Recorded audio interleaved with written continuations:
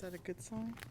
Mr. Akers, whenever you're ready. Good morning. This is the Board of Liquor License Commissioners for Baltimore City's morning docket. Today is Thursday, August 25th. This is the 11 a.m. docket. When your case is called, please come to the front. You'll state your name and please spell your name. And if you're going to be testifying in this case or in the case that's called, please wait to be sworn in. I'm going to be calling the first case, the violation case. This is Max Dalton and Mehdi Posaka, Ultra Lounge, LLC, trading as Mirage, 401 West Baltimore Street, is a Class BD7 beer, wine, and liquor license, is a violation of Rule 3.12, General Welfare. Before we start, for anyone who's going to be testifying today, please, because we're recorded, speak into the microphone like I am right now and try to be clear and spell your name. Thank you. You may proceed. For the record, Melvin J. Kadensky, 19 East Fayette Street, representing licensee. Good morning. Morning. How are we going to proceed today? Will be a general denial. Okay. So everybody's going to testify. Please raise your hands. Do you swear or affirm the testimony that you're about to give in this hearing will be the truth, the whole truth, and nothing but the truth? And would everyone please identify himself? For the record, again, Melvin J. Kadensky, again, and First name is Omid, last name is Ilkhan, I-L-K-H-A-N. Hold on, what's that? You can do that. O-M-I-D, first name, last name is I-L-K-H-A-N. I-L-K-S-A-N. S-A-N or A-N? A-N, K-A-H-N. Max Dalton, M-A-X-D-A-L-T-O-N. I'm going to give yours in there. Inspector Chris Amalis, Baltimore City Liquor Board. Okay. Inspector, you want to proceed, please? I want to apologize in advance. The police officers, the detectives that were also in this case are not present today. They are not going to be able to make the morning docket.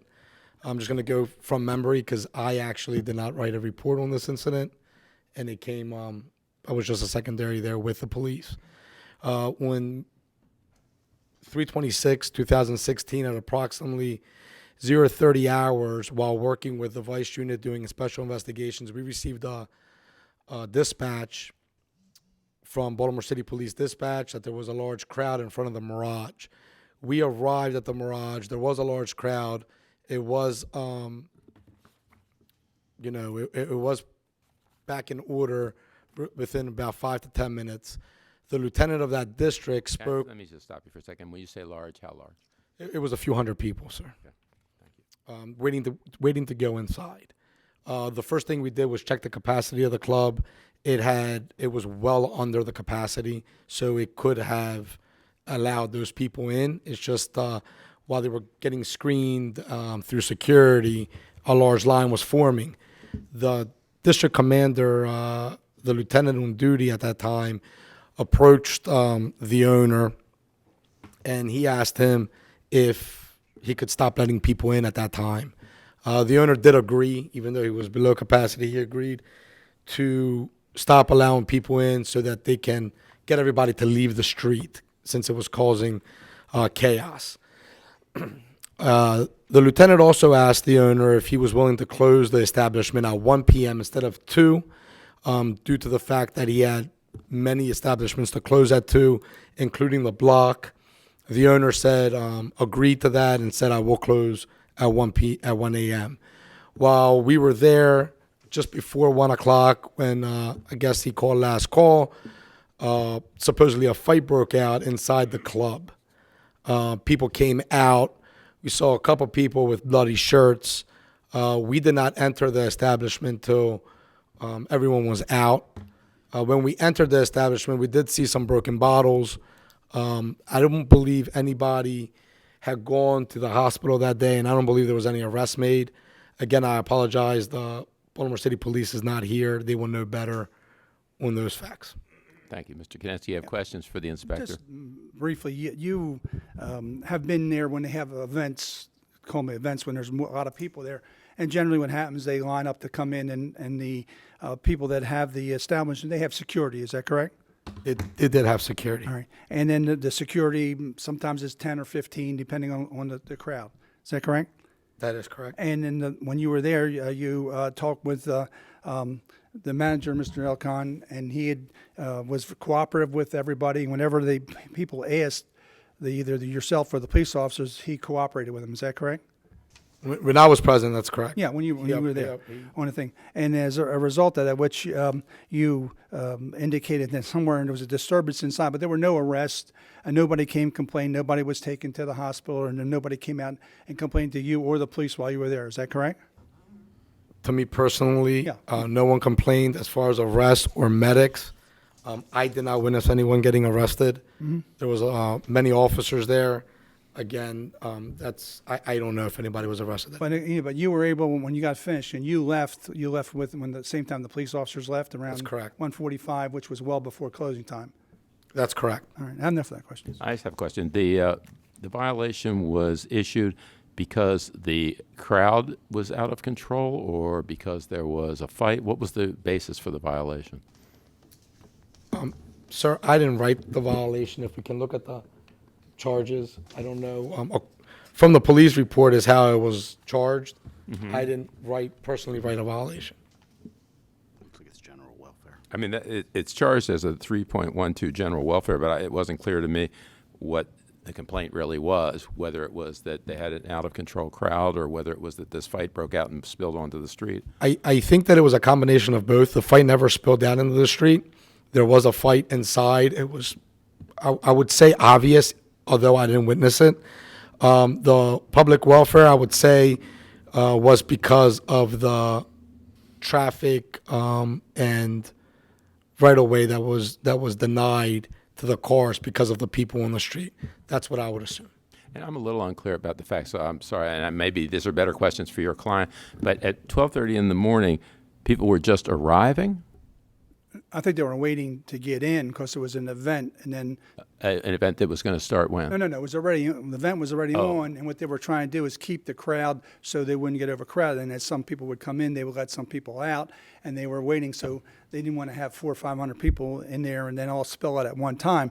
So they would, queue up, or that's a British term, isn't it? Queue up. I don't know. It is. The only one I know is a It's poll very queue. cosmopolitan. But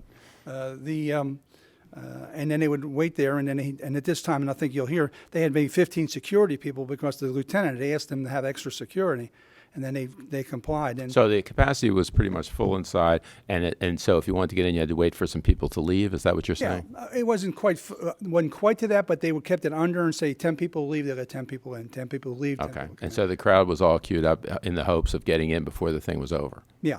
Okay. Now I understand. Thank you. The commissioners have questions for the inspector?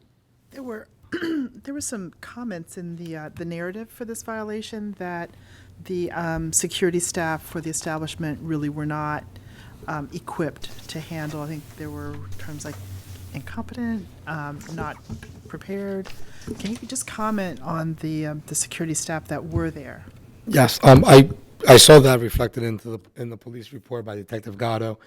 I think in that incompetent remark, the only time that I saw that security didn't do their job, quote unquote, is there was a back door that a couple people were caught getting into from a back door, quote unquote, sneaking in. I don't know if Anthony had a cover charge and they were trying to avoid the cover charge, but that's the only time I saw the security not doing their job. That's not part of these charges, is that correct? That is correct. Who's Anthony? Licensee. Okay. Okay. Anthony? It says Max on here. Is That's- Max Yeah, Dalton? Max is here. He was the manager. If you met, And is it Anthony Ilcon? Because you're described as the general manager. Are you also the licensee? No. Okay. And is Mr. Porsaka here? He's not here today. Okay. Is he on the license? yes, yes. Okay. Where's Mr. Porsaka? He had to leave. He was at work. He's in California right now. Oh, he's in California? Yes. Okay. Travel for a living. I'm sorry? He travels for a living. Okay.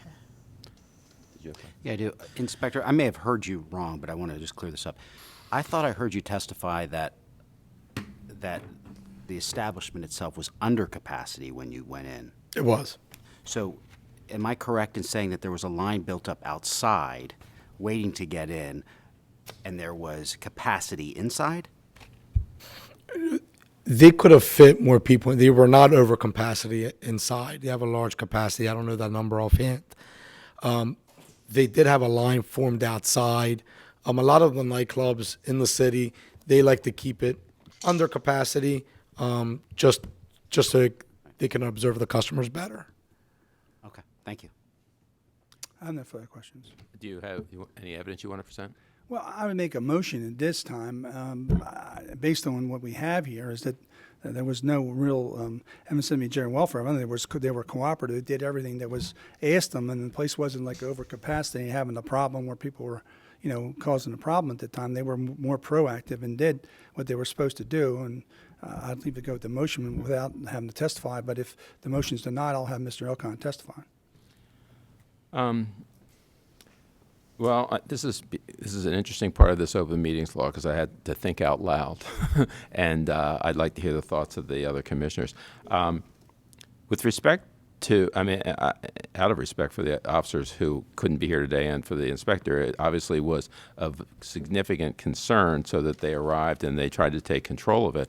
What I'm gleaning is that the citation was given because there was a crowd on the street that was a problem for the public, and I guess it wasn't being handled the way you would have liked, and that later there was a fight inside. But that's fairly minimal as far as I can see in terms of this violation. My thought is that I might grant the motion, so I want to hear what the other commissioners say.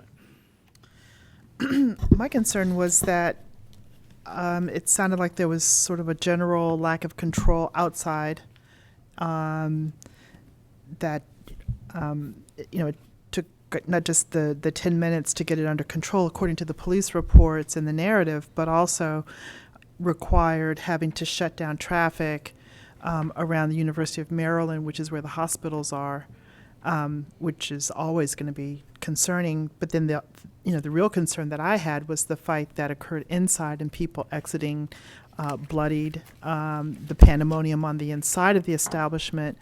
I think that is probably more concerning because that speaks to control of your establishment, which is your 100% responsibility.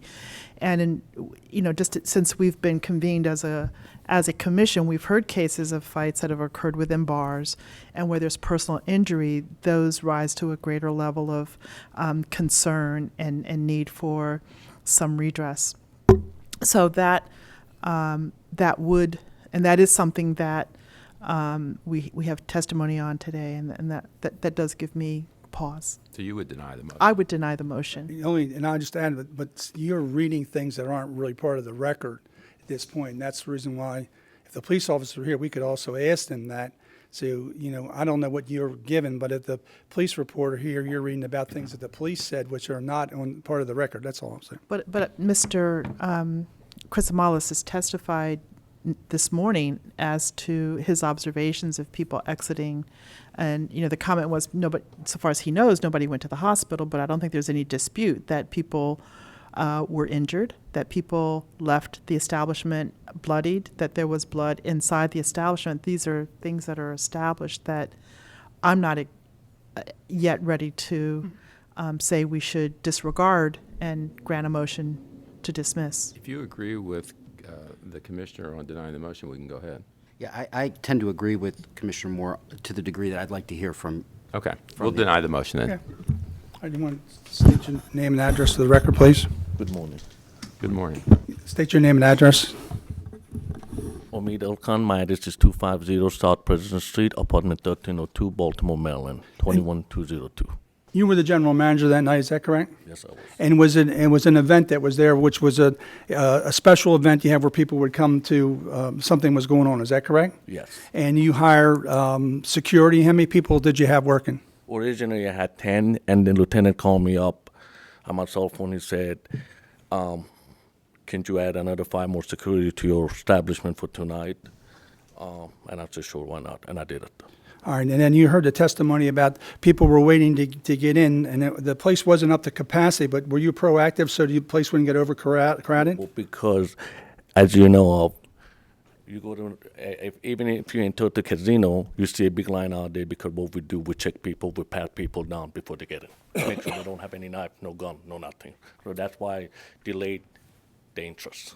So whatever the police or the inspector asked you to do, you did, is that correct? Everything the lieutenant and the inspector asked me to do, I did. And you closed down early, is that correct? Yes, And you have security on the back door also? 100%, 15 people Okay. in the So- front, inside, and the back. Okay, and the people are, you had extra 5 people, were and as far as that event that happened at the end, did you have any indication, did you see these individuals that supposedly were fighting? Well, it's supposed to say there were 2 friends that got in a fight with each other, and no one got hurt. No one went to the hospital. No ambulance came. And I'm talking about they block the street. Every time that I do have evidence, they block that street so people can get out fast as they can. How often are the events? We do that 2-3 times a month right now. Sometimes 1 time a month. The place would fit about 400 chairmen. And the lieutenant asked me to close at 1 o'clock. He said, I don't have enough enforcement officer tonight. Can you close at 1 o'clock so I can make it to the block? I said, no problem, I will do that. Okay. Any questions for the manager? Sure. You said that nobody got hurt. Where did the blood come from? Meaning that nobody went to the hospital, ma'am. So let's reverse a little bit. You would agree people did get hurt. No, I don't. You don't. I saw blood. Okay, so when I was growing up, if we cried and said we were hurt, my mother would look and say, look, there's no blood, move on. But if there is blood, there's a whole different level. Well, you're asking me something that I don't see, ma'am. But I saw one guy walk out with the running Did he have a nose. bloody nose? Yes, Okay. yes. So you saw one guy walking out with a bloody nose. Now, do you have any idea how that happened? No, ma'am. You have no idea. You got to understand one thing. With the 250 people in the club, they're dancing. And we're 15 security down there. And that's soon as that accident happened, we got them out. You got, It happened in casino. It happened in stadium. It happened everywhere. you know what? We're talking about you, That's right? true. So let's just talk about you Okay. and your establishment and the testimony and the reports that we've been given. You say no one was hurt, but there was more than one person that was seen leaving There were 2 people bloody. got in the fight. Okay, so 2 people. Yes. And you're saying that they were in a fight with each other? Or were there different fights? No, with each other, ma'am. And after this happened, then they were pushed out. Is that We correct? got them out. You got them out. Yeah. Okay. My security. They were forced out by security. Your role as the general manager, Mr. Dalton, was he present that night? He was present. Mr. Dalton? Mr. Yeah, he Dalton. was in the office. He was in the office. What percentage ownership does Mr. Dalton have? Do you know? It's 50-50 with the Mehdi Pursabo. Okay, and how often is Mehdi present? Sometime. Now, what does that mean? 4 or 5 times out of the When is the last time that Mehdi was at this location? is January, sometime in January. January 2016? I don't, yes, sometime. That's your best I cannot guess. tell you exactly the date and the time. Okay. ma'am. Okay, so this problem occurred on March 26, 2016. Can you talk to us about problems that have occurred since then? Happened something about 3 years ago. 3 years ago? Since then? No, Yeah. since Oh, coming oh, no. forward, No, ma'am. nothing since No, March no, 2016? nothing. No. Okay. Okay. All right, thank you. You have any security in the club, or is it all outside? No, we do have security inside, Both. outside, and the back. Okay. And Commissioner, half of them are police officers. Okay. All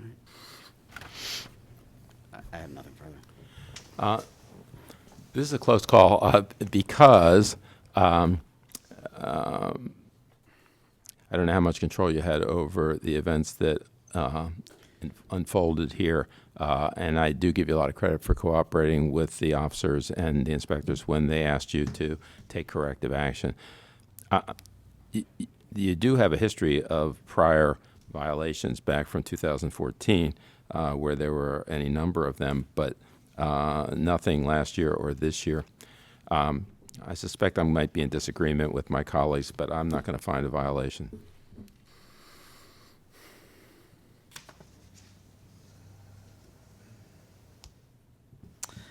To me, it's a close call, and I'll be very honest. I'm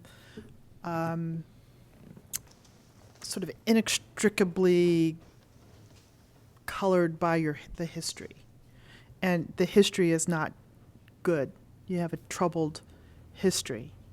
It's a large volume venue. It's a frequently used large volume venue. So the potential for problems is great, but those aren't reasons to support the finding of a violation. I think it would be a very different decision, an easier decision if the police officers were here. They're not here. I don't know why they're not here.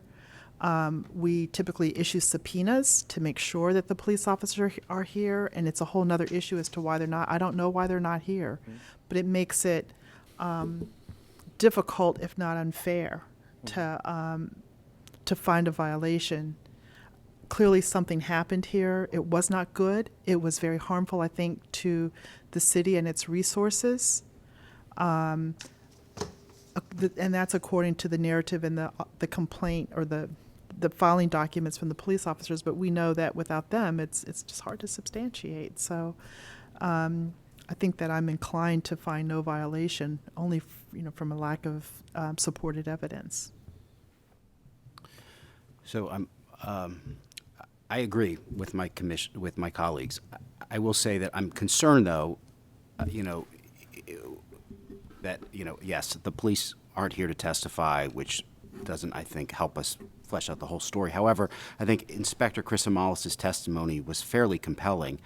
My concern, sir, is that you have 4 patrons that we know of that left the bar bloodied, and you do have a history of violations. I would encourage you to try and get to the bottom of this, especially in light of the fact that you do 2 to 3 of these big events a month.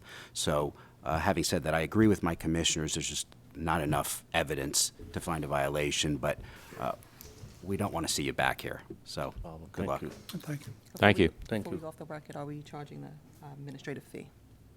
Yeah, we'll charge the administrative fee, and we will make as part of the record whatever has been submitted. Yes, police report submitted as Exhibit 1. Was that really a part of the record? Police report wasn't part of the record, really. Well, they had submitted it, and while they're not here, and to authenticate it, we're not bound by that, so I'll accept it as part of the record. But thank you. Thank you, Anna. Thank you. I can see you down here, sir. Okay.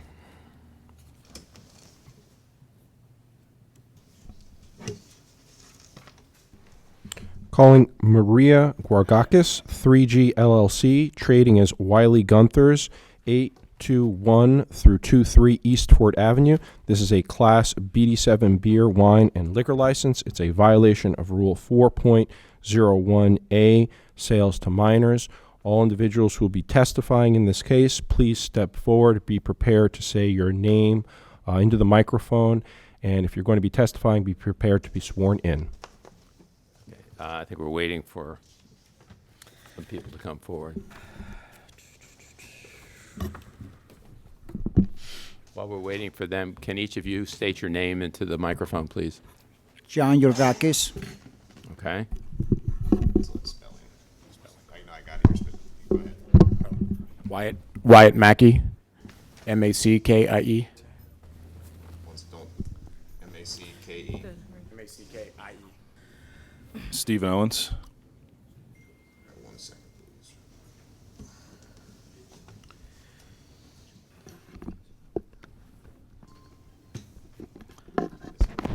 Just witnesses.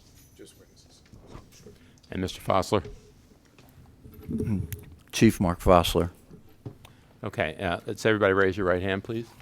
Do you swear or affirm the testimony that you're about to give in this hearing will be the truth, the whole truth, and nothing but the truth? Yes. Yes. Do we need their names? Yes. Cynthia Cass. Hold on, hold on. I didn't know we were hiding with this. Not sure what's happening. I actually have the cadets' names. Okay. We said I don't have the sheriff's name. Sheriff's name, okay. Sheriff Department.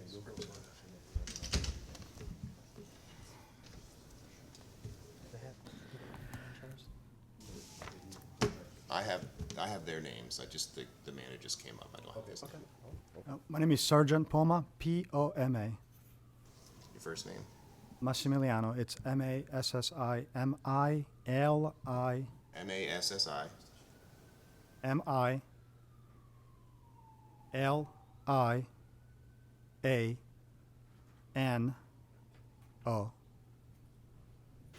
Okay.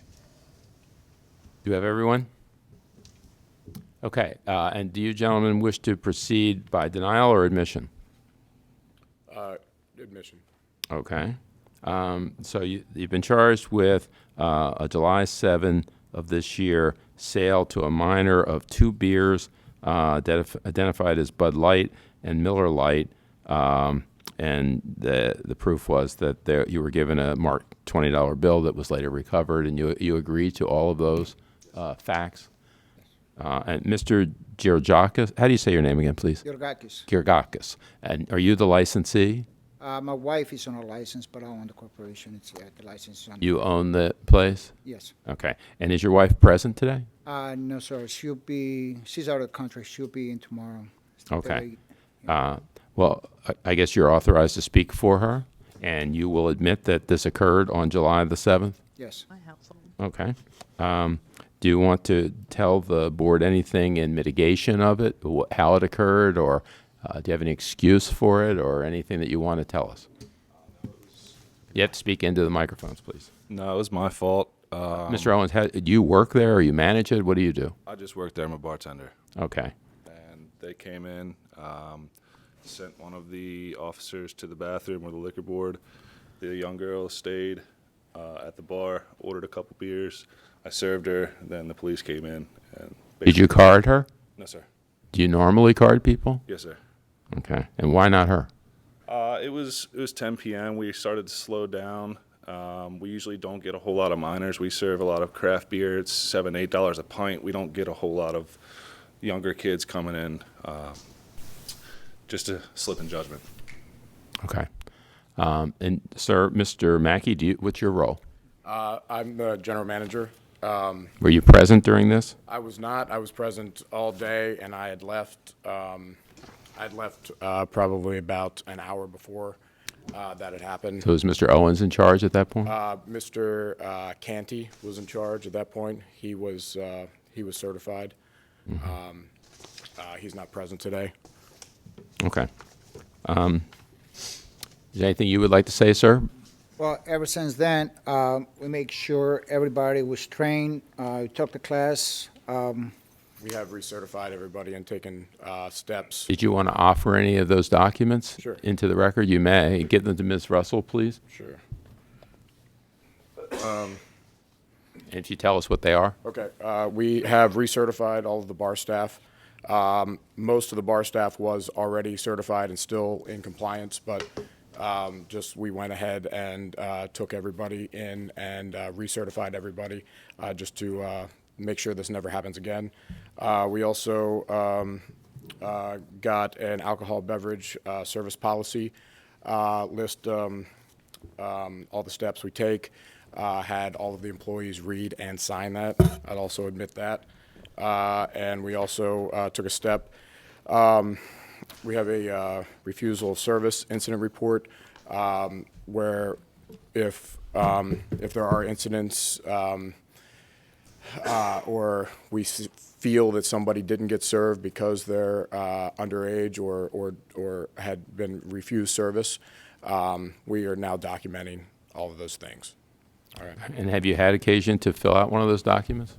We haven't yet. Okay. No. Okay. It's because your beers are too expensive. That's right. That must be it. As a wise move. I can make copies. do you have, where are you? I mean, do you want to submit them later? Can we do that? We're making the record now. Yeah. Why don't you do this? Give them to Ms. Russell. And can we submit copies and then return the originals? Why don't we do that? Yes. Okay. They will be received collectively as 1, 2, and 3. Okay, great. Okay. I don't have any further questions. The commissioners may. Do you want to go first? No, I applaud you for taking the action that you have with the alcohol awareness, the forms. I think that's terrific. You've admitted your guilt, which, you know, is I think a good step. So thank you for what you've done in response. Thank you. The one thing that I haven't heard is what is your policy going forward now and going forward regarding requesting identification of your patrons? I mean, the policy had always been anybody that looks under 30 years of age card. I guess that had kind of fallen by the wayside, you know, and that's why, and I kind of blame myself also for not keeping up with everybody. But I mean, that's why as soon as it happened, we took the steps that we needed to, and you know, it's kind of a eye-opening type thing where, you know, this will never happen again. Okay. My only comment is 40 is the new 20. So you might want to start carding anybody that looks 40 or Okay, we can make that happen. younger. And you will never offend a 40-year-old That's true. person by asking for ID. And I think that your steps in response are indeed commendable. Thank you. So I think all of the board members agree that you've done the right thing as a response to this. It was an unfortunate incident. We hope it's your only infraction that we ever see you for, but I will find a violation of Rule 4.01A, sales to minors, on the basis of the evidence that was submitted into the record and admitted by you, and I would impose a fine of $250, and in the administrative costs, give you 30 days to pay it, and hope that this is the last time. It will be. Thank you. I Well- concur. Thank you. Yeah, I concur. And just to caution, I don't recall exactly the proponent of the new legislation, but the fine could be as high as $1,000 now on a first violation. So could you Under speak to that? Delegate Antonio Hayes, it could be as much as $1,000. So we're issuing a $250 fine. Thank you. Okay. you. Thank you. And excuse me, I'd like to offer Exhibit 4, which would be the board investigation report. Exhibit number, Stacy, well, you're off the record, I'm I sorry. cut you off. Oh, I'm sorry. Go again, sorry. I'd like to offer Exhibit, No. Baltimore City Liquor Board Exhibit number 4, which would be the investigation report from Inspector Mark Fossler. Exhibit number 5 would be for Baltimore City Liquor Board would be the Baltimore City Police Report. And exhibit number 6 would be photos submitted by the Police Department, Baltimore City Liquor Board, exhibit number 6. Did you have any objections to these exhibits? No, I don't think so. Okay. Thank you. They'll all be received. Ms. Russell. Thank you. Thank you. You have to step down here. Okay. Warm in here. It's hot. It's cold.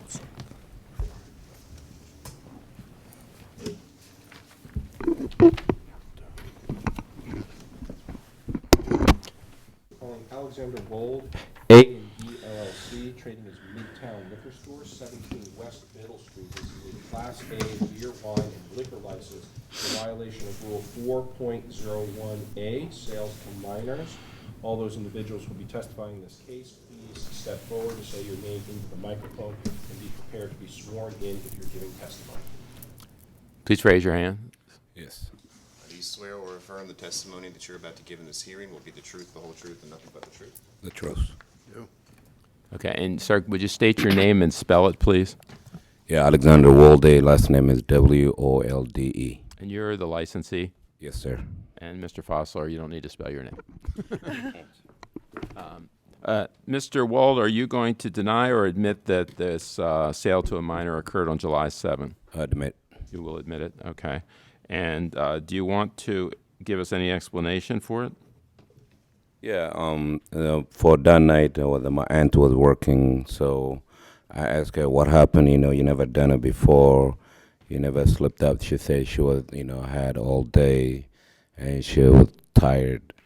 and she made a mistake, so she admitted. Your aunt was working? Yes. She was the bartender or the salesperson? Salesperson. Salesperson. At the and bar, at the liquor store. She sold a 12-pack of Bud Light cans to the minor? Yes. Okay. How old is your aunt? She's 46. So she's young. Certainly by my standards. Okay. Now, you, sir, have had a history of some violations back in 2015, although none of them were sales to minors, I don't think. Have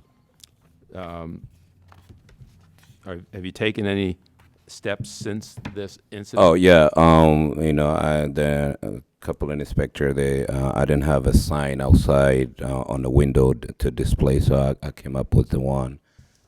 If you would, Received as exhibit number 1. okay. And this is to indicate that no sales to minors? Requiring photo ID for alcohol and tobacco products. You had not been asking for ID before that? No, we always ask. But you put this sign up to reinforce it? Yes. Okay. But then on this particular occasion, your aunt did not ask, I guess. For that night, yeah, she didn't ask. Okay. The commissioners have any questions for Mr. Wald?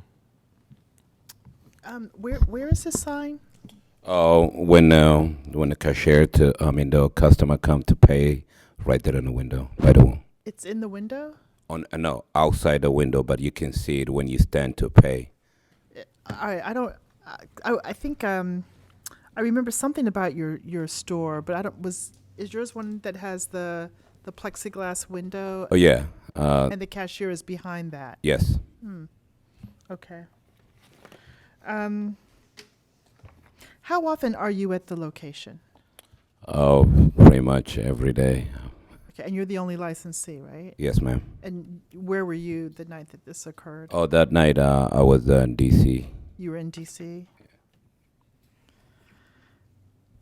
Have you or your aunt taken the alcohol? Yeah, I have. Yes, I have. And what about your aunt? No, she didn't. But I went over with her. I mean, she been working over 5 years. She know what it is, but she just made a mistake that night. All right, so you've taken the certification class, but Yes. your aunt has not. No. And she's been working there for 5 years. Yes, ma'am. Do you have any plan to have her take that class? Yes, ma'am. Okay. I think that would be a good idea. Yeah. Yes, I will do. Okay. All right, those are all the questions I have. The only comment I'd make is, I think that sign you've introduced is helpful, but I would also have it make sure whoever's running the cashier, who's ever running the cash register knows and is reminded Oh, yeah, it's consistently already. that they need to ask for ID. And I also agree with Commissioner Moore that making sure your aunt or whoever else works for you has that alcohol awareness. Okay, thank you.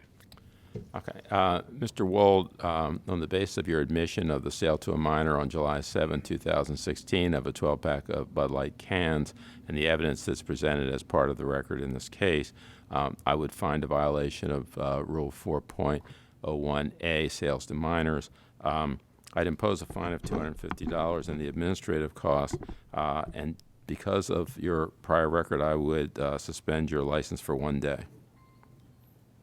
On the record, I had it before with signage outside, so that been taken care of. Well, you've got a number of prior violations, illegal conduct, alterations, illegal conduct, sanitation, et cetera. So I appreciate that it's been repaired, but you're stuck with your record. So I don't know what the other commissioners want to do.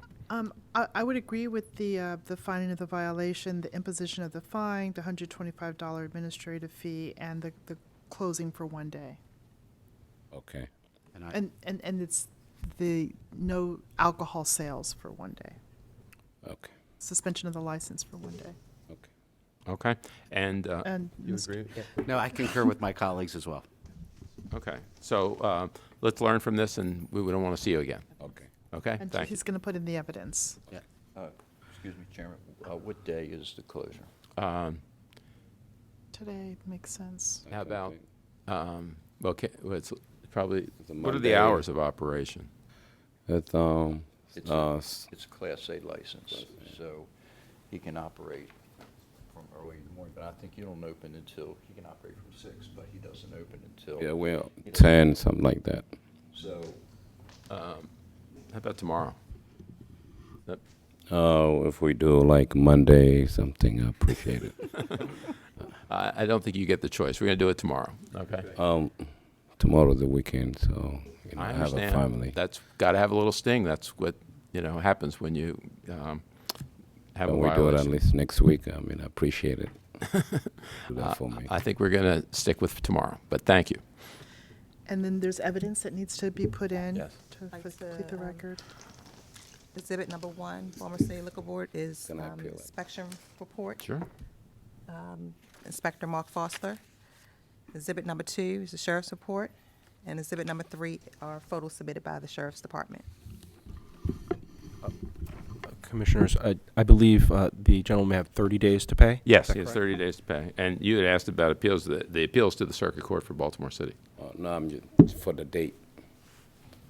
You can ask. It's hard, Okay. but here's the issue, and here's the challenge. It's just so hard when there's such a full record of prior violations, and all of those people to your left are right. That's the city resource that is put to enforcing the underage drinking laws, and that's the one thing that it's almost universal in people saying that they just don't understand it, and it just presents so much harm to the city. And when we don't take it seriously, then we seriously get ridiculed, and so we have to take it seriously. And that means that when there's a healthy record like yours, and I know it's for something different, but it's a healthy record of violations, it's something that it makes it really, really difficult for the commissioners. So I know tomorrow's Friday, it's the weekend, maybe that's one of your busy days, but there's order that has to be followed, and so therefore the suspension will begin tomorrow, and you can reopen on Saturday. Okay. Okay. Thank you. Thank you.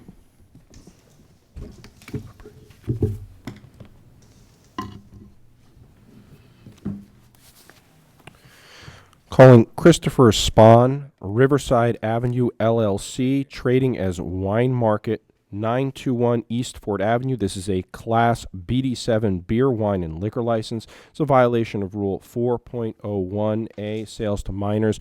All individuals who will be testifying in this case, please step forward, state your name to the record, and be prepared to be sworn in. Counsel, you want to identify yourself? Good morning, Mr. Chairman. Peter Previs on behalf of the licensee Christopher Span, who is to my right. Good morning. Would Mr. Span and Mr. Fossil raise your right hands, please? Do you swear or affirm the testimony that you're about to give on this hearing will be the truth, the whole truth, and nothing but the truth? I do. Okay. I think you have the spellings, don't you? Yes. Okay. Mission or denial?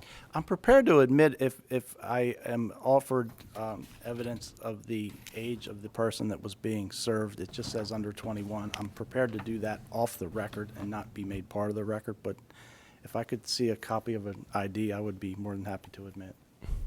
Sorry, do we have that? I mean, she has an idea. Okay.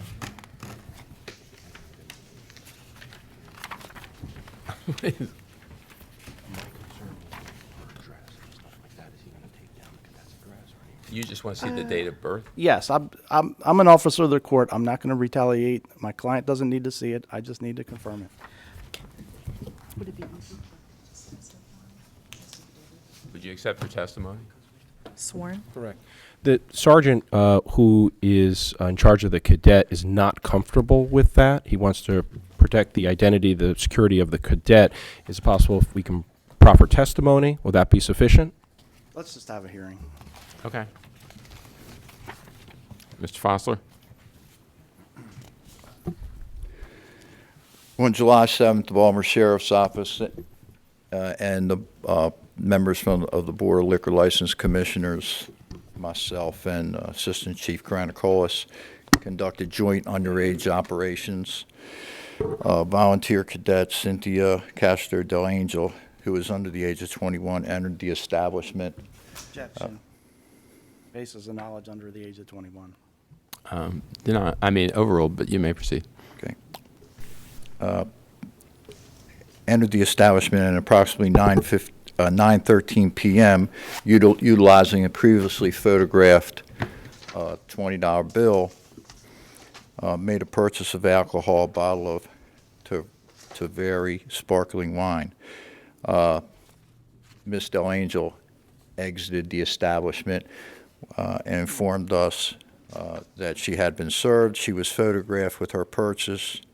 At that point, the sheriff's deputies and the members of the Board of Liquor License Commissioners entered the establishment and advised the operator, Erin Grace Myers, of the sale to a minor. At that time, we recovered the $20 bill, and the alcohol and the change from the purchase were returned to the operator. At that point, we departed the establishment without further incident in control of the operator. Questions?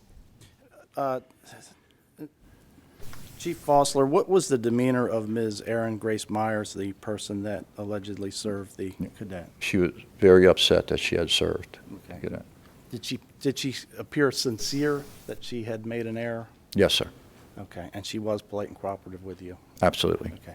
Mr. Spann, the licensee, he was not on premises when you were there? No, sir. Thank you. I have no further questions. Do the commissioners have any questions? What? Yeah. No, I can wait. I had in the record, I see a notation, something about the corporation's, whether it's in good standing or not. I'm sorry. The 2016 personal property tax return was filed late. I checked the screen today, and it says that it was filed, or at least logged in, on August 18th. If you look at the general screen, it still says good standing no, but the thing that would cause that, the personal property return, is now registered. So it has been corrected. The computer just hasn't caught up with it. Okay. Anything else with respect to this case? Do you want to present any evidence? No, I think there might be another witness. but Okay. Thank you.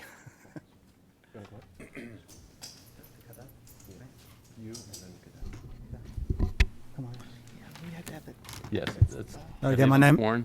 They've been sworn. Okay. Okay. What would you like? What's the specific question?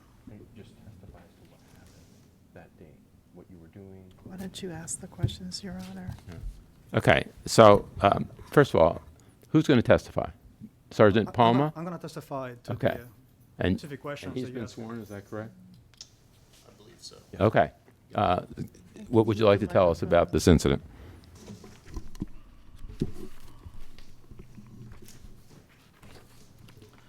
On the 7th of July, looking at the report, we did an operation with the liquor board where we have a cadet who's under 21. and, Objection, basis of knowledge. Overruled. was under 21 and went in to purchase alcohol and was not carded. And therefore, she was able to purchase alcohol. And therefore, as soon as she came out, she was photographed as per the evidence that you have before you. And then we went in and conducted a law enforcement side of the house. That's what the sheriff's office does to make sure assuring safety of everyone and making sure that the inspectors will conduct the inspection part of the house, making sure that they're safe. Do you know the age of the cadet? Yes, What is the age? she's 20. 20? And when will she be 21? She can testify to that if you want. Okay. Has she been sworn? I don't know when you're going to be 21. Can you raise your right hand, please? Do you swear or affirm the testimony that you're about to give in this hearing will be the truth, the whole truth, and nothing but the truth? I do. What is your date of birth? August 6, 1995. Okay. Mrs. Del Angel. Yes. Okay. Do you have any questions for the witnesses? Thank you. Ms. Castro Del Anco, you turned 21 on August 6, 1995, is that correct? I mean, 2016. 1995.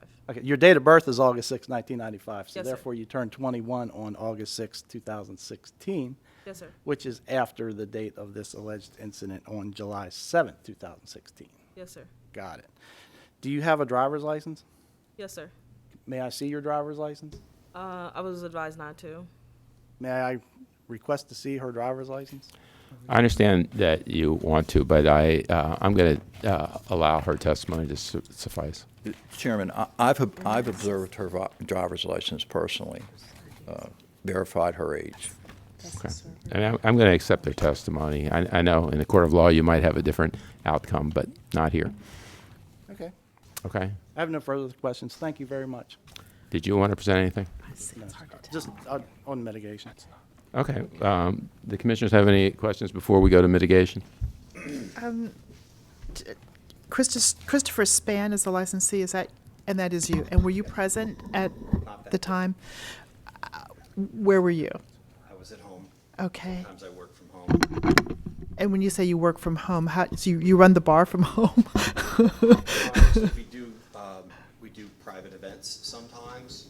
Okay. Depending on the time of year, I might have a number of inquiries, so I work from home. But I am there full time. I just wasn't there that day. Okay, that was my next question. And okay, so you just, so who was running the place in your absence? Jacob Zimmerman was the manager that day.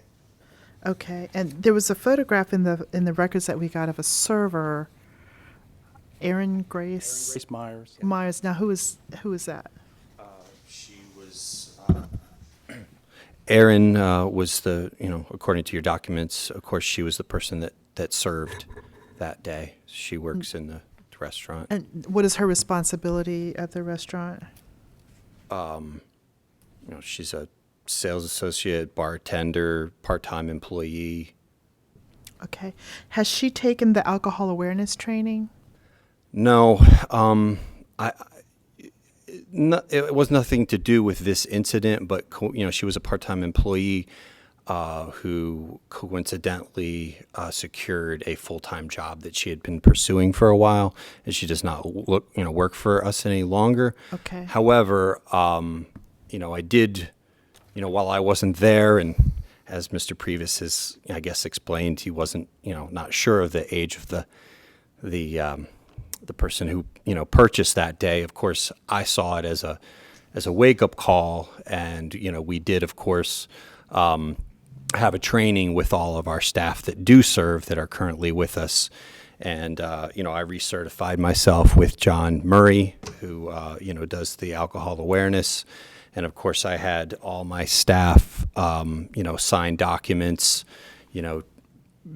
basically to the, which I have here, that certify that they will not serve anyone who looks under the age of 35, although I did hear you say 40 earlier, but yeah. Do you want to submit those? These are originals again, like the other case, but Mr. Span brought in with him. These are for all the people that actually serve alcohol. Mr. Murray had on behalf of Mr. Span has prepared this form to go over with everybody. Mr. Span has the actual alcohol awareness. But Okay. If you want to submit them to Ms. Russell, we can return them to you once we have Exhibit copies. 1, licensees Exhibit 1, alcohol awareness certificate. Licensees Group Exhibit 2, certification forms. Received. Thank you. All right. Commissioners thank have any other questions? I do not. you. No. Okay.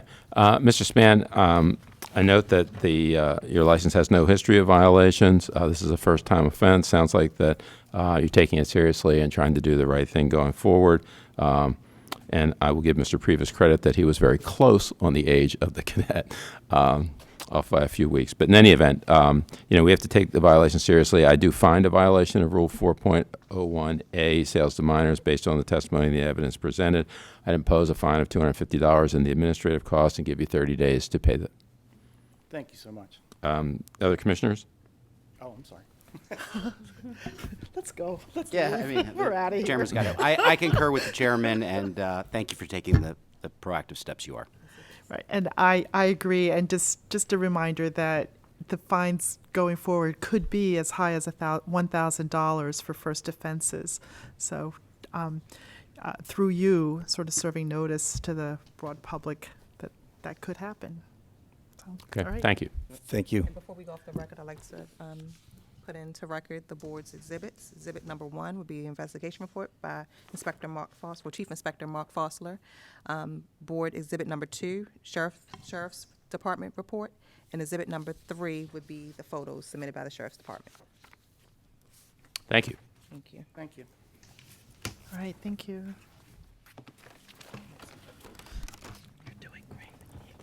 Thank you for keeping us on track.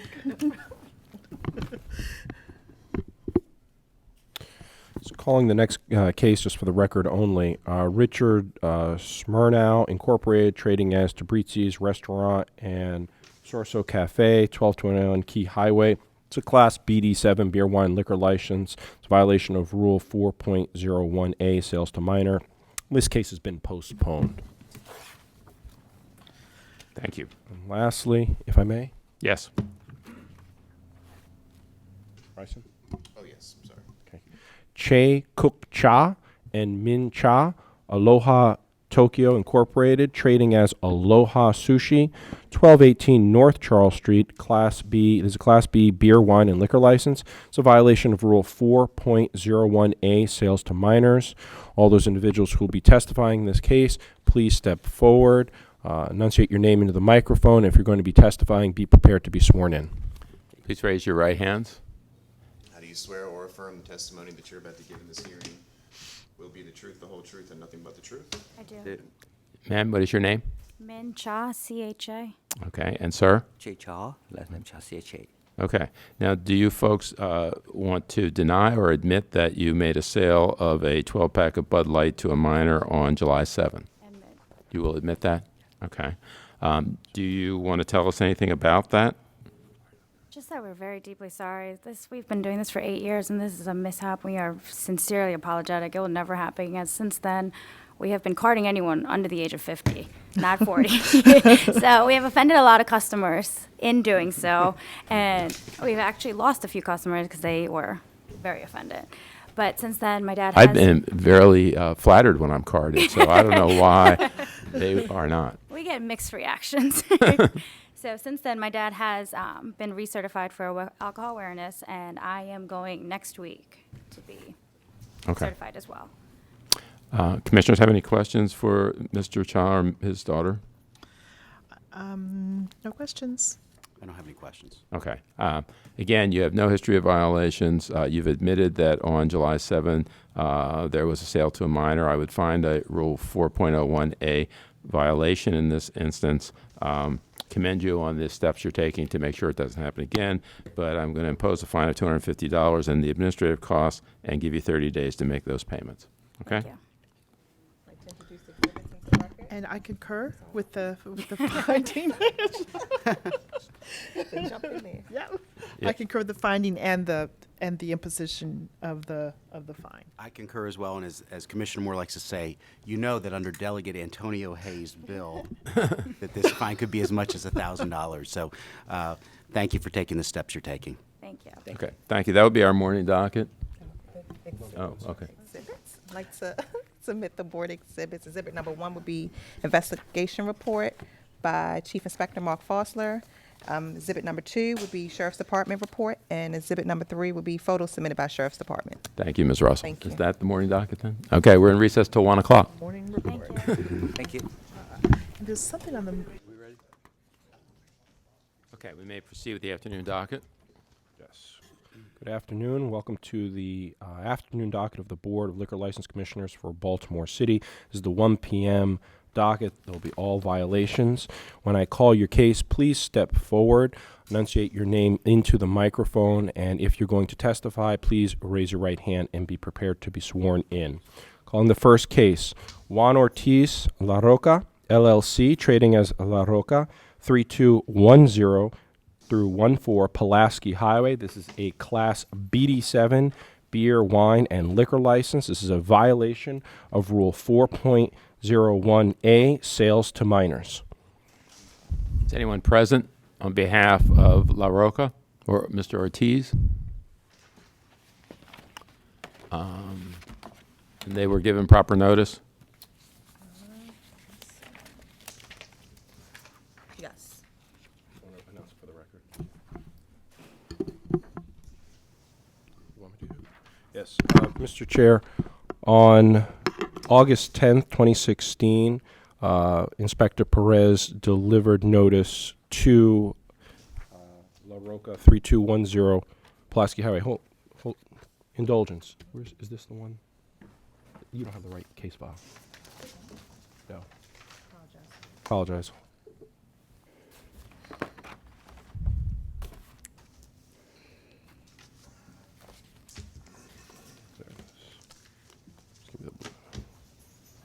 I saw it. You got it? Thank you. Apologies, Mr. Chair. Yes, on August 10th at approximately 5:30 p.m., Inspector Perez of the Board of Liquor License Commissioners for Baltimore City served a Susan Ortiz.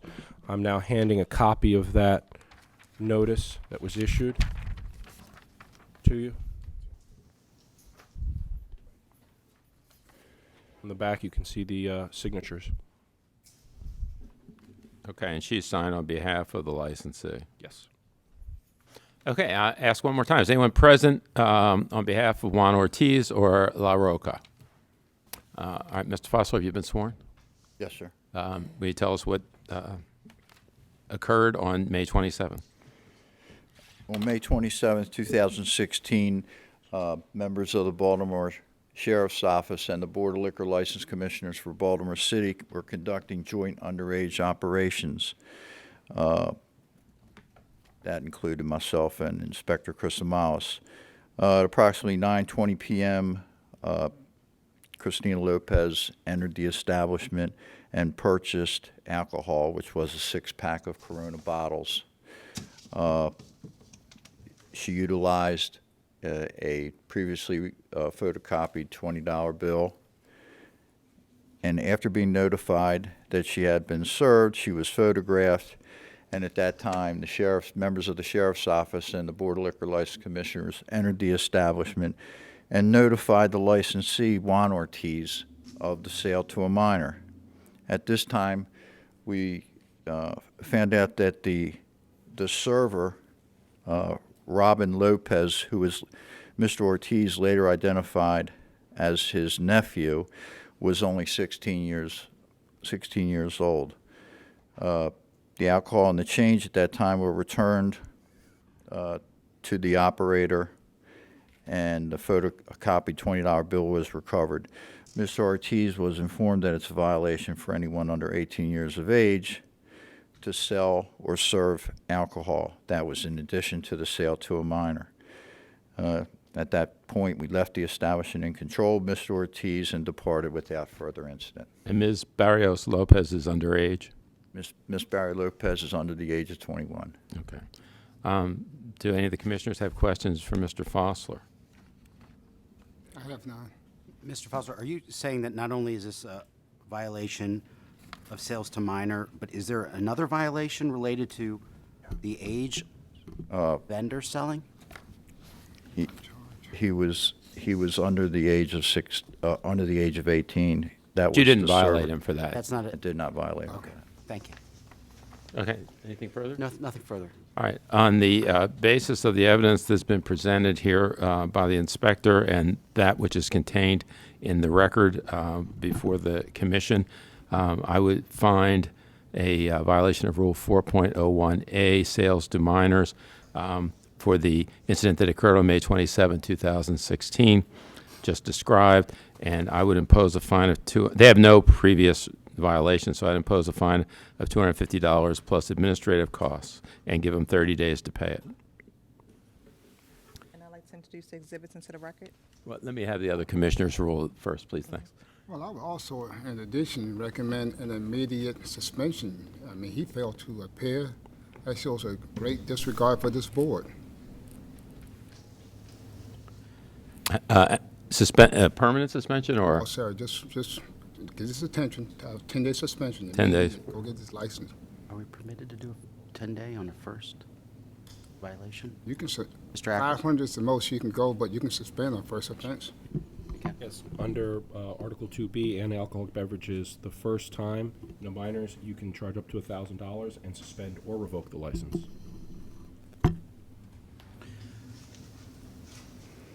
Well, I concur with Commissioner Jones. I agree with the $250 fine.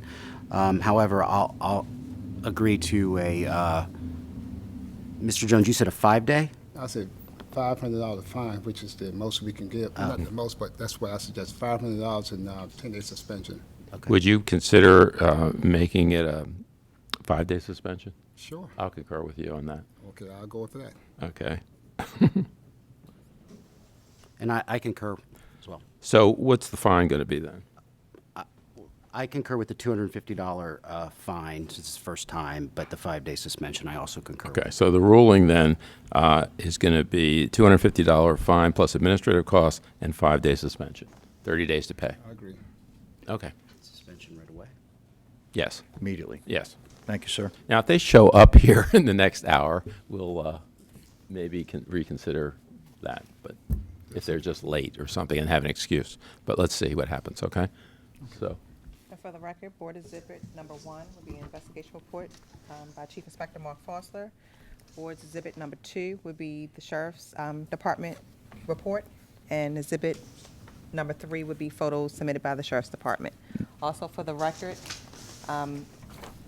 the summons was signed by Juan Ortez. that was the licensee. That's the licensee Thank you. himself. All those will be received in evidence. Thank you. Next case.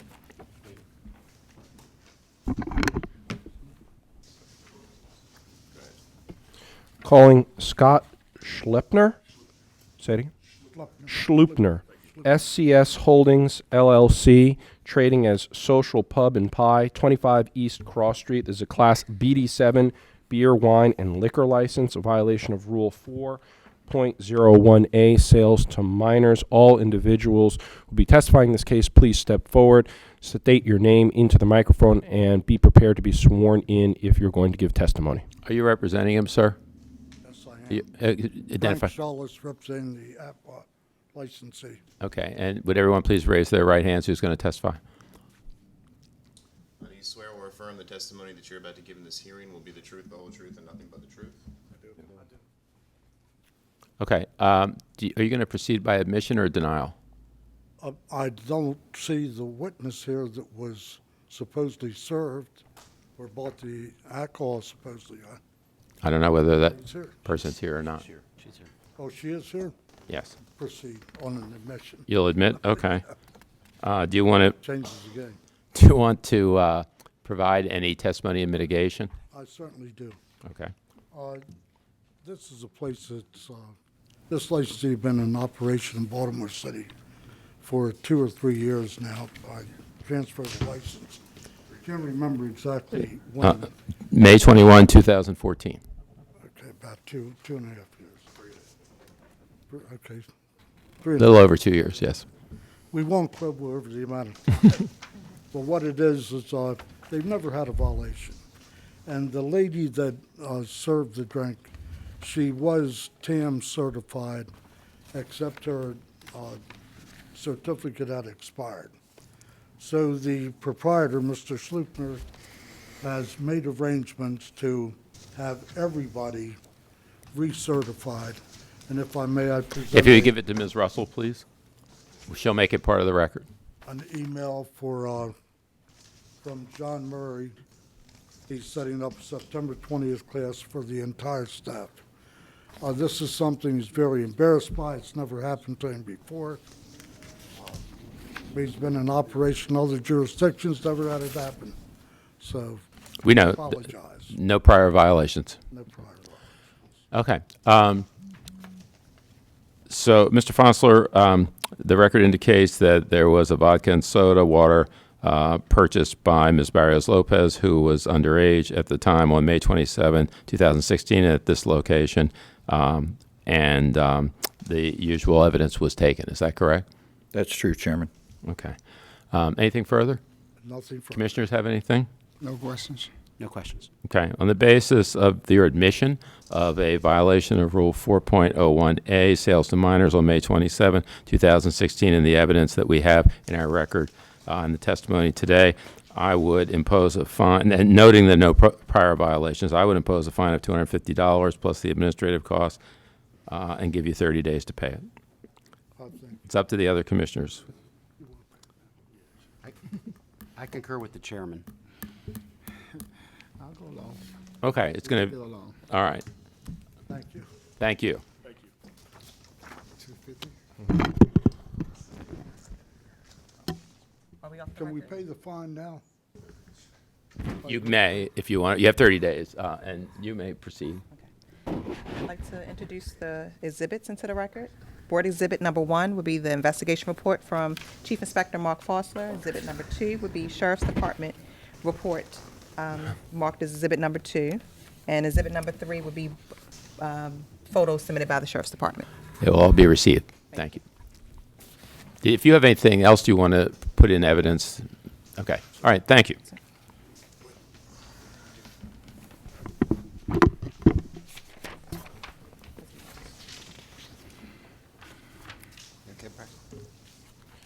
Calling Peter Pliva and Benita Shaya Incorporated, trading as Pulaski Liquor Emporium, 6425 Pulaski Highway. This is a Class BD7 beer, wine, and liquor license. This is a violation of Rule 4.01A, sales to minors. All interested parties, please step forward, enunciate your name into the microphone, and be prepared to be sworn in to testify if you're going to be giving testimony. You're representing this party again, please? Your Honor, please, Frank Schullis, representing the licensee. Okay, ma'am, would you raise your right hand, and anybody else who's going to testify? This is going so fast. Okay, we'll slow down. Don't know what's happening, but raise your right hands, please. Do you swear or affirm the testimony you're about to give in this hearing will be the truth, the whole truth, and nothing but the truth? Okay. If the commission, please, this will be an admission. Okay. Would you like to present anything in mitigation? Yes, I would. First, the person who made the actual service Kartik Thakur, he is certified, and he just got his certification in May. I don't want to leave this here because it's on the wall. Okay. Unfortunately, we didn't have a copy. But again, this is another place that the license transferred about 5 or 6 years ago, as I recall. 2009. Oh, it's been 7 years ago. I'm getting old, I can't keep track of the time. And they've never had a violation. That's correct. Now, this particular gentleman, not to make an excuse for serving a minor, but he has some pretty severe health problems right now. And he tells me he was in extreme pain that day and just lost concentration. It's not something they ordinarily do. They're really sharp at this particular place because it is a place where they get a lot of both cadets and they get a lot of transient people who try to buy liquor. So they're well aware of the problem and they've covered it successfully for 7 years. This is the first time out. Okay. Is there anything else you want to offer? Nothing else. Mr. Fossler, the record indicates that this was a purchase of a six-pack of Bud Ice by Ms. Barrio Lopez, who again was underage at the time, on May 27, 2016, at the Liquor Emporium. Is that correct? That's correct, Chairman. Okay. Commissioners have any questions? None.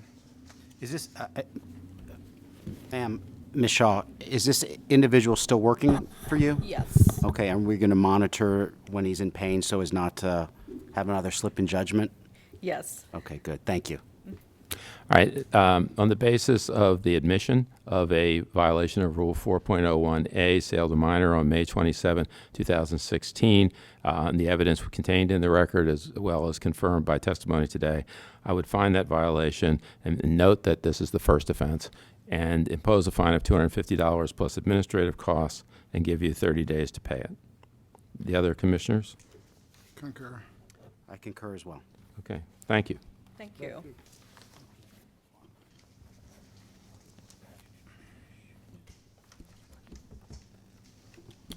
Next, I'm just calling this for the record. Tahir Farouk Ventures Incorporated, trading as Broadway Liquors, 1645 East Baltimore Street. It's a Class A beer, wine, and liquor license, violation of Rule 4.01A, sales to minors. This case has been postponed and will be placed on a future docket. Next, calling Nydia Sierra Bernia Incorporated, trading as Honey's Lounge, 1722 through 24 Gulf Street. This is a Class BD7 beer, wine, and liquor license. It's a violation of Rule 4.01A, sales to minors. All parties interested in this case, please step forward, state your name into the microphone, and be prepared to testify by raising your right hand when asked. Okay, let's start by having everyone raise their right hand, please. And he will swear you. Do you swear or affirm the testimony you're about to give in this hearing will be the truth, the whole truth, and nothing but the truth? I do. Okay. Now, these ladies, are you Nadia Sierra? I am. And you are? Kathy Sierra. Okay. And let's the inspectors identify themselves for the record. Inspector Joanne Martin. Assistant Chief Inspector Chronicles. Okay. Stop for a second. I don't know what's going on. Okay.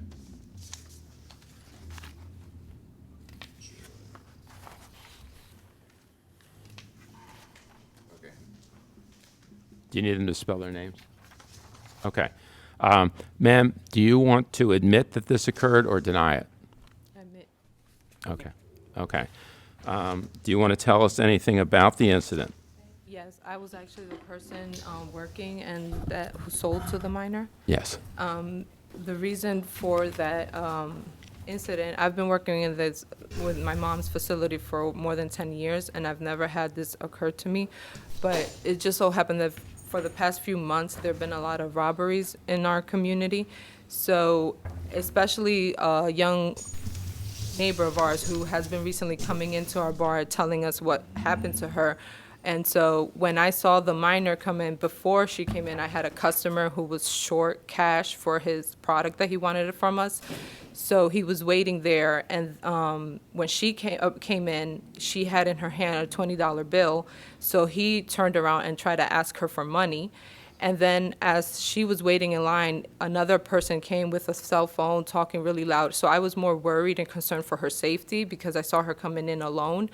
And since this guy wasn't leaving, and then he went outside when she told him, no, I don't have any money, he left and waited outside in the corner. So I was more concerned for her safety. So I didn't ask for her ID. She just told me what she wanted, and then I sold to her. And so when she left, then came the liquor board, and then they told me that I sold to a minor. But I was more concerned for her safety than thinking about that type of violation that I was doing. Okay.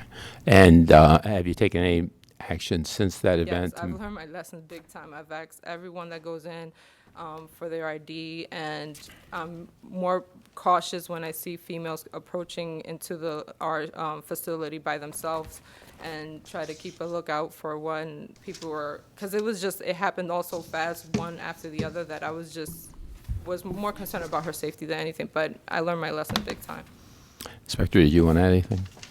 Not at this time. Okay. Do commissioners have questions? Do you have any alcohol awareness, updated training, certification? Occasionally, yes, we have like around every 2 to 3 months, we have a little chat about it and awareness for that. Okay. There are programs out there. I'd encourage you to look into it, and just as I think you're doing, remain mindful Okay. that you card everyone, even if they look like me and 15. Right. Just make sure you do that. Okay. Okay. Commissioner Jones?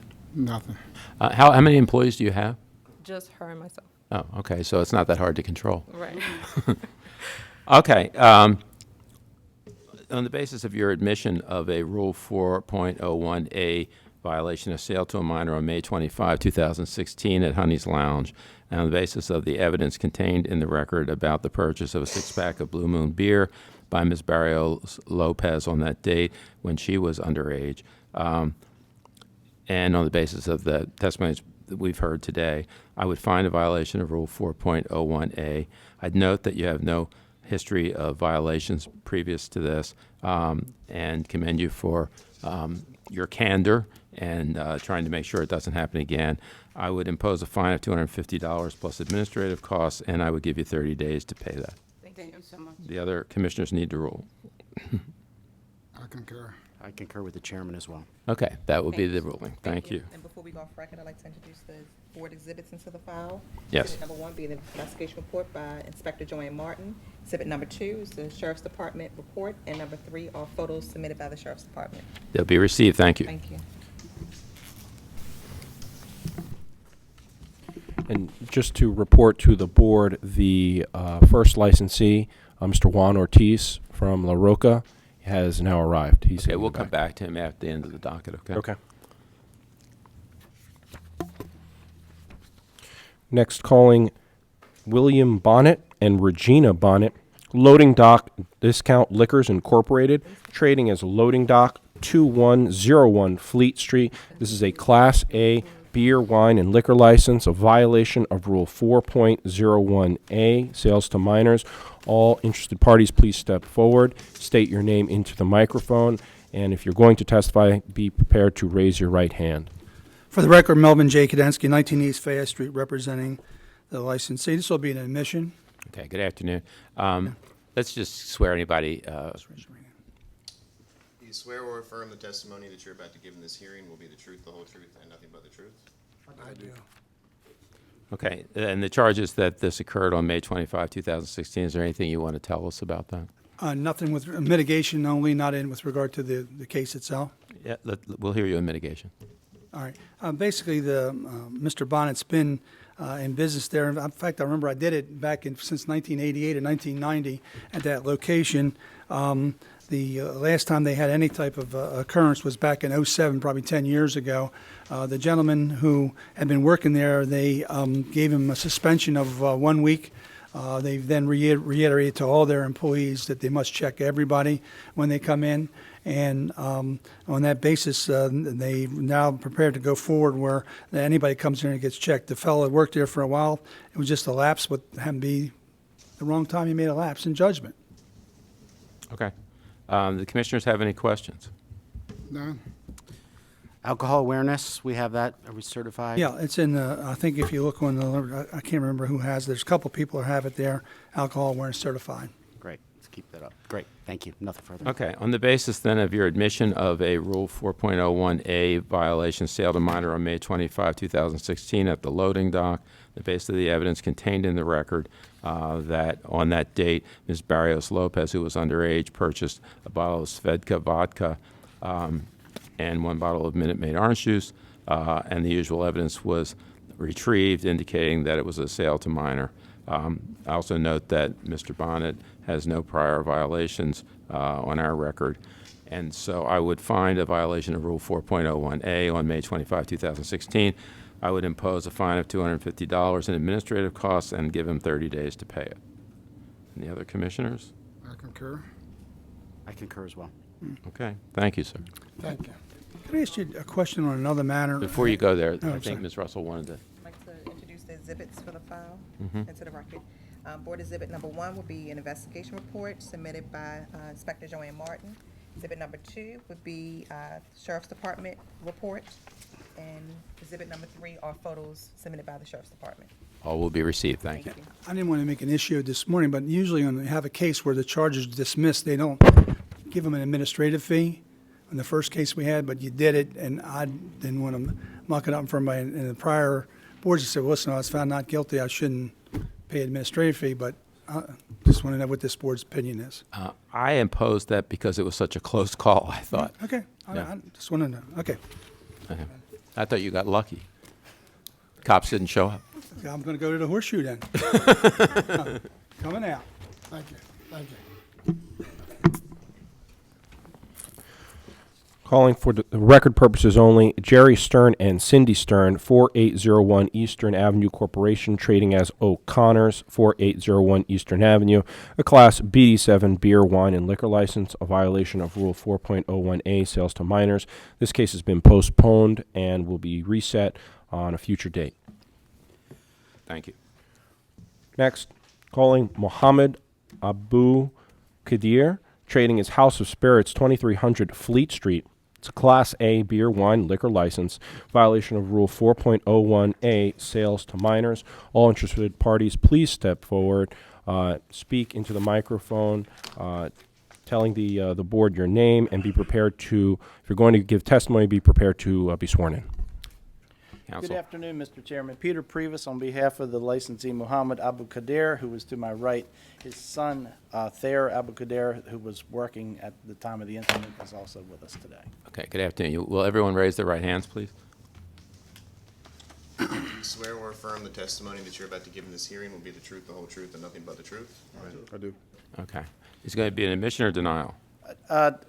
Again, as earlier this morning on my prior hearing, if there is evidence of the cadet's age, I am prepared to admit. I think that we don't have anything that will satisfy you, so we'll go forward. Inspector, If she wants to state her age, if that was the board's prior policy. if you will on the do other that, hearing. okay. Can we have the cadet come forward, please?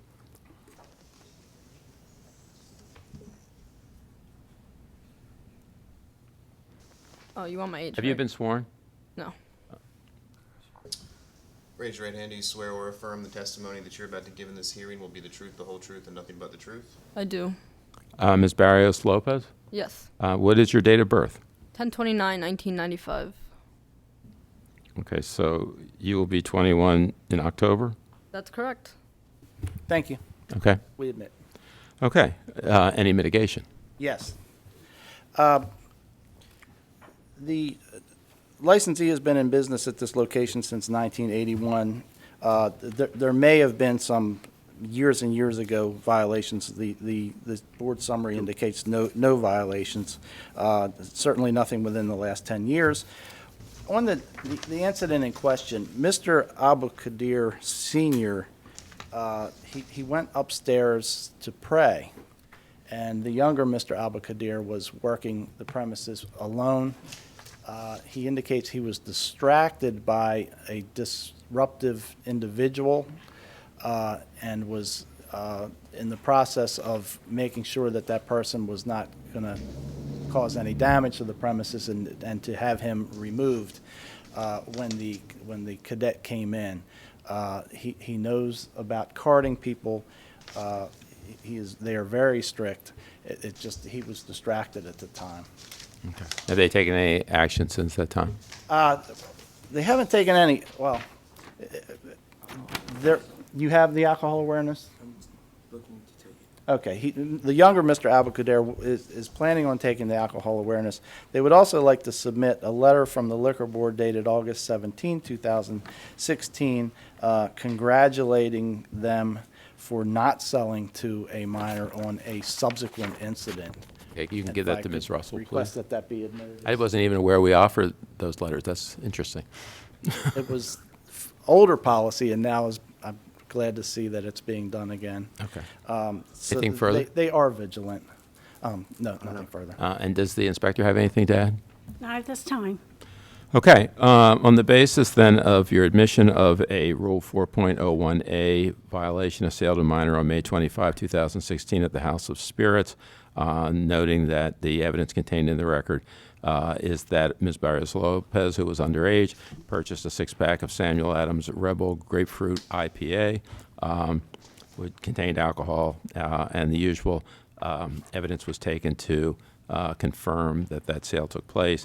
I note that the licensee has no history of prior violations in our record, and finding the violation, I would impose a fine of $250 and administrative costs and give you 30 days to pay it.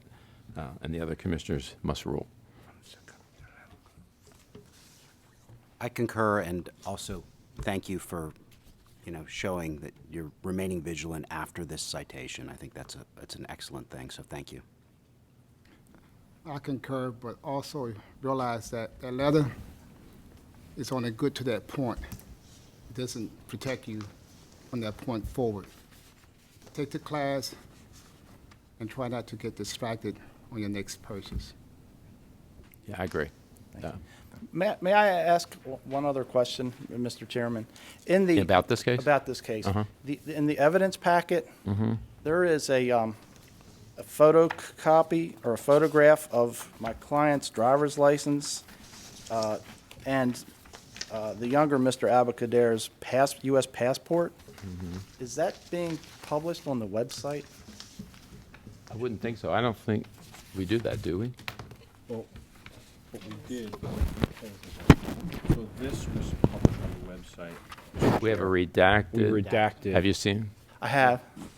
You object to that?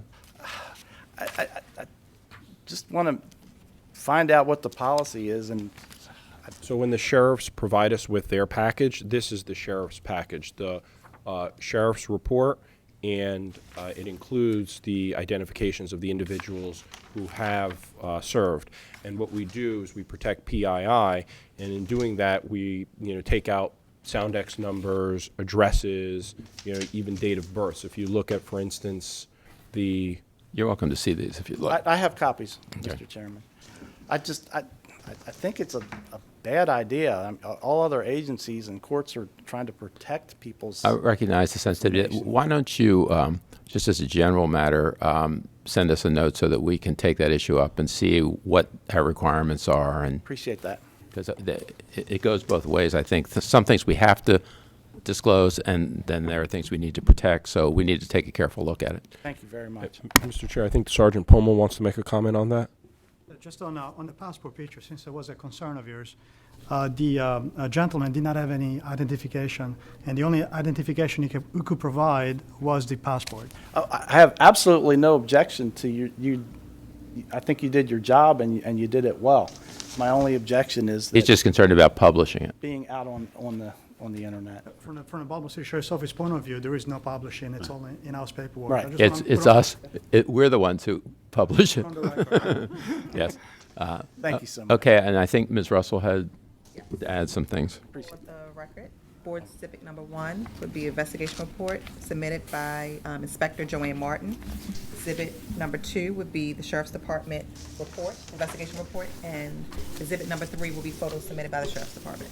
Thank you. That will be received. Thank you. That, I believe, concludes our docket, except for The first case, if you want me to recall that. Yes. Thank you. Thank you.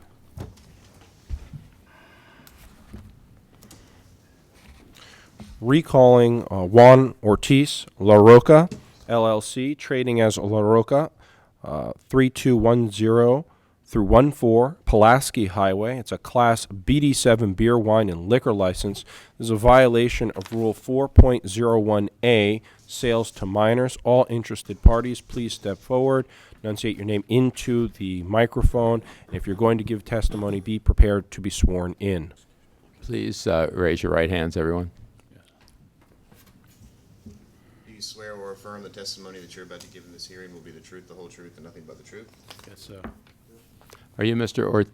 Ortiz? Yes. Juan Ortiz? And you're the licensee? Yes. So this was the first case on our 1 o'clock docket, and we called it about 6 minutes after 1, and no one was here. So the inspectors put on their evidence, and on the basis of that, we found that on May 27, 2016, Ms. Barrios Lopez did purchase a six-pack of Corona at your place, and that she was underage. And you weren't here to tell us what happened, so we imposed a $250 fine, as we had in the other cases, because you had no prior history of violations. And because you had not appeared, we suspended your license for 5 days. But can you tell me why you were late and what your explanation is? Well, I apologize for that. I was late because, the traffic on the street, we got a lot of construction going on the street right now.